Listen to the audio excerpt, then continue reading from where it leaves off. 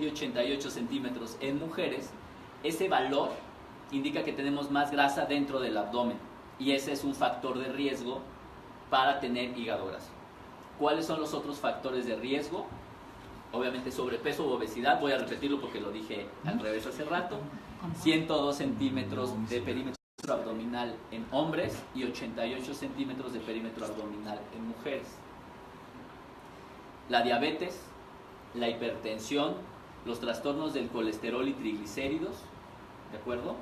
Todos ellos en conjunto se llaman síndrome metabólico, pero lo importante de esto es saber que la diabetes, la hipertensión, los trastornos del colesterol y triglicéridos y el perímetro abdominal, cada uno de ellos es un factor de riesgo para que tengamos hígado graso.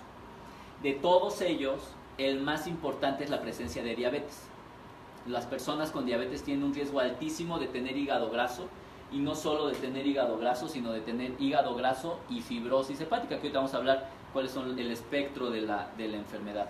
Entonces, yo les preguntaría aquí, ¿quién de los que están ahorita tiene alguno de estos componentes que acabamos de mencionar? Que levante la mano. ¿Los demás no son valientes? Eso, muy bien. Mínimo, cerca de la mitad de las personas tiene alguna de las cosas que platicamos, ¿de acuerdo? Entonces, es muy importante poder saberlo. Ahora, hay otras causas de tener hígado graso. La más frecuente es el consumo de alcohol. Más de 2 copas al día en hombres y más de 1 copa al día en mujeres es un factor de riesgo para que el alcohol se transforme en grasa dentro de nuestro hígado. Entonces, si tenemos los 5 factores anteriores y aparte tenemos algún factor como consumo de alcohol, también puede dar hígado graso. Otra de las causas son los medicamentos. Algunos medicamentos, la verdad es que no todos, muy poquitos. Probablemente algunos que pueden conocer o que son frecuentes es el metotrexate, que lo ocupamos para algunas enfermedades reumatológicas. Algunos medicamentos para convulsiones, como el ácido valproico, pueden dar hígado graso. Entonces, como ven, el hígado graso no nada más es tener grasita en el hígado y que en el ultrasonido nosotros tengamos grasa en el hígado. El hígado graso, primero hay que tratar de identificar a la gente que puede tener un riesgo incrementado de tener la enfermedad y obviamente hacerle los estudios pertinentes. Si hubiera alguna duda, cualquiera puede levantar la mano conforme vayamos en los temas, ¿de acuerdo? Entonces ya sabemos quién lo puede tener, no importa la edad. Hoy por hoy se sabe que incluso los niños pequeños tienen hígado graso y que obviamente en ellos es muy grave. La obesidad infantil es un problema grave porque finalmente, y no es porque no queramos a los adultos, pero si yo tengo hígado graso a mi edad, que es a los 25 años, no, a los 41 años, evidentemente pues mi expectativa de vida en México sería hablar de 73 años más o menos. Entonces tengo 33 años para que me den complicaciones. Pero si un niño o una niña de 8 años, de 10 años tiene hígado graso, es obvio que tiene 60 años al menos para que tenga complicaciones por el hígado graso. Entonces no solo pensemos en los adultos, también hay que estar muy pendientes de los niños, ¿de acuerdo? Algo que causa mucha preocupación es, y lo vemos en la consulta médica, es el paciente que por algún motivo, el que sea, se hace pruebas de laboratorio. Y en las pruebas de laboratorio salen las pruebas del hígado, que se llaman transaminasas, y salen alteradas. Siempre es un foco rojo. Y es al que le hacemos caso, es decir, es el paciente al que usualmente va al médico y busca una atención, etcétera, etcétera. Pero algo que debemos saber es que 2/3 partes, 2 de cada 3 pacientes con hígado graso, con una enfermedad avanzada del hígado graso, tienen pruebas de laboratorio del hígado normales.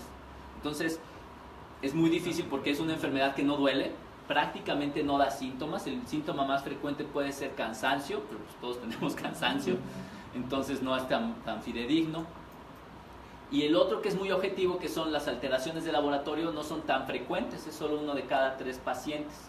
Entonces es un escenario bien complejo, no nos duele, no lo vemos en laboratorio, no todos nos estamos haciendo ultrasonidos a cada rato. Entonces es muy difícil, o más bien es muy fácil dejar pasar muchos años con una enfermedad que potencialmente puede ser grave. Y entonces lo más importante o lo que debemos saber es a quién acudir cuando tenemos hígado graso. Este es un problema educativo en México, es decir, los médicos de primer contacto no están tan familiarizados, los médicos internistas a veces no están familiarizados, incluso los gastroenterólogos a veces no están tan familiarizados Y como ha sido una enfermedad, uno que es relativamente joven, fue descrita por primera vez en 1985. Digo, si hablamos que la polio tiene toda la historia, o de la diarrea, o de la diabetes, que tiene muchísimo tiempo, es una enfermedad relativamente joven. Y como pensamos que solo 1 de cada 10 pacientes les va a dar un problema hepático, todos los médicos en general le hemos quitado atención al hígado graso, sí. Yo me voy a hacer una pregunta. Sí. ¿Qué relación tiene con el ovario poliquístico? Esa es una excelente pregunta. Las personas que tienen ovario poliquístico tienen mayor riesgo de desarrollar hígado graso. El ovario poliquístico, por si alguien no lo sabe, es personas, mujeres que tienen una hipersecreción de algunas hormonas, y estas hormonas lo que hacen es que tengamos un metabolismo muy similar al de un paciente diabético. Nos parecemos mucho, no nos parecemos, se parecen mucho a las mujeres a una mujer que tiene diabetes, y por ende puede tener factores de riesgo para hígado graso. Entonces, lo más importante aquí es saber qué vamos a hacer. El hígado graso tiene una historia, como todas las enfermedades, ¿no? Hay personas que tienen una enfermedad que va comenzando, va avanzando y se va complicando. Bueno, el hígado graso comienza con solo grasa en el hígado y nada más. Acúmulo de grasitas, son células del hígado que están gorditas, pero que viven felices y contentas, y eso se llama esteatosis o grasa en el hígado. El siguiente paso o el siguiente estadio de la enfermedad se llama esteatohepatitis. ¿Qué significa el término esteatohepatitis? Siempre las itis significan inflamación. Esto significa que ya el hígado no solo tiene grasa, ahora aparte de que está gordito el hígado, está inflamado. La inflamación es lo que les pasa cuando nos pegamos, o cuando nos cortamos, o cuando nos operan. Los tejidos se inflaman, se dañan, se lesionan, y muchas células mueren en ese proceso. Este proceso de que las células mueran por la inflamación del hígado puede condicionar una consecuencia. ¿Qué pasa cuando nos cortamos la piel? Sale una cicatriz, ¿no? Y seguramente aquí habrá alguna persona que lo han operado, se ha cortado, ha tenido algún accidente, y la cicatriz no es muy finita. Puede ser una cicatriz que llamamos queloide, que es estas cicatrices voluminosas, muy evidentes, que pueden ser desagradables a la vista, pero que son muy duras, si las han visto seguramente. Pues bueno, muchas personas que tienen hígado graso, que tienen esteatohepatitis, es decir, que se les inflama el hígado, pueden formar cicatrices de estas características. Esas cicatrices se llaman fibrosis hepática.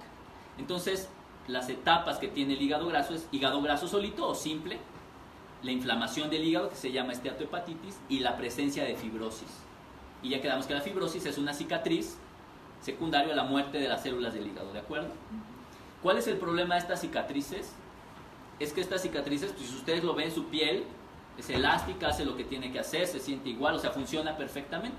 Si ustedes tuvieran una cicatriz muy grande, que sucede por ejemplo en las personas que por algún motivo tienen una quemadura importante, hay una retracción, no pueden moverlo, no sienten igual, o sea, tienen una alteración mecánica, ¿no? Por el hecho de haber tenido una cicatriz. Pues el hígado tiene dos consecuencias de tener fibrosis. Una de las consecuencias es que las células de la fibrosis son unas inútiles, no hacen nada, y le están quitando espacio a las células hepáticas, que son muy trabajadoras. Entonces, nuestros residentes, nuestra población de células, tenemos muchas células que no hacen nada, la fibrosis, y células que son muy trabajadoras, que son las células propias del hígado o hepatocitos. Entonces, cuando nos llenamos más de fibrosis, pues cada vez nuestro hígado va a trabajar menos. Tenemos menos empleados, menos trabajadores, menos células útiles que hagan el trabajo que debe hacer nuestro hígado. ¿De acuerdo? Y entonces la fibrosis puede ir avanzando hasta desarrollar cirrosis. La cirrosis es un estado en el que ya hay tanta fibrosis, tantas células que no son útiles, que el hígado deja de ser útil y funcional.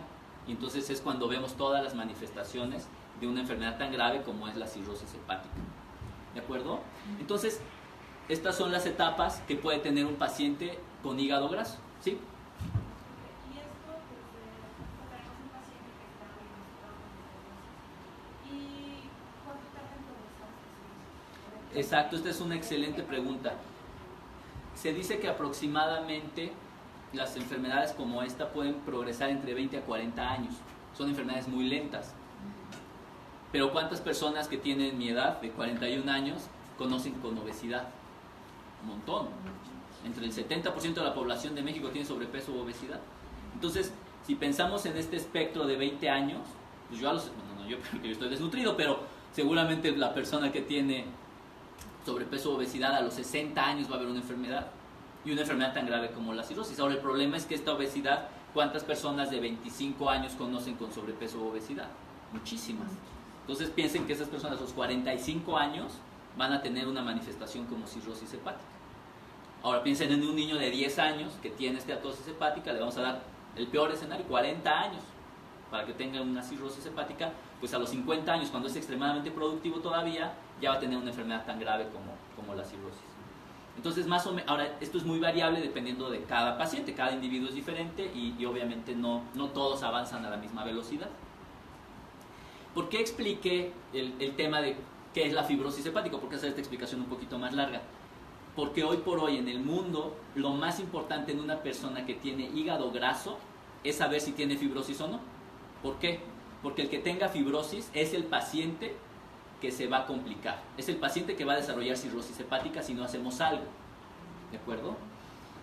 Y es entonces cuando viene la situación de cómo diagnosticar o cómo evaluar el hígado graso. Todos los pacientes, absolutamente todos los pacientes que tienen esteatosis hepática deberían de tener un método de diagnóstico para fibrosis hepática. ¿De acuerdo? Entonces, bueno, la pregunta lógica sería, ¿y cómo le hago? Una pregunta, ¿y cómo se podría saber en los estudios cuando ya tienen cirrosis hepática? Exacto, entonces... Porque, sí. bueno, yo tuve un caso, desgraciadamente mi mamá ya falleció, pero a ella después de 30 años, 35 años, le pudieron diagnosticar que ya tenía la cirrosis, pero anteriormente le estuvieron tratando de asma. Entonces, ¿cómo saber? ¿Cómo saber? Los Exactamente. familiares más que nada estaban pendientes. El primer problema con todo esto es que imagínense una enfermedad que se